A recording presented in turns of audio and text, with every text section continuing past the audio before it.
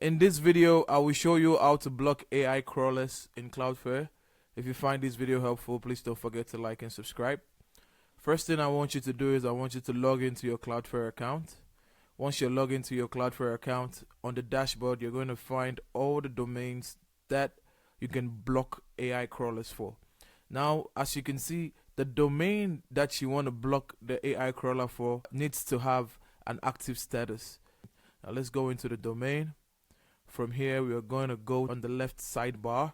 We're going to go to AI crawl control. Once we are on AI crawl control and you scroll down, you have a better view of the AI crawlers that are active on your page. So this is a Google bot. This is advisable. You can leave this on, but any other AI crawler that you want to block, you need to toggle this right here. This action right here, you need to toggle it to block. This is on allowed. If I click this, it's going to automatically switch to blocked. And after you switch it, it's going to save automatically, so you don't need to press any other button again. And that's how you block AI crawlers in Cloudflare. If you find this video helpful, please don't forget to like and subscribe. Until the next one, see ya.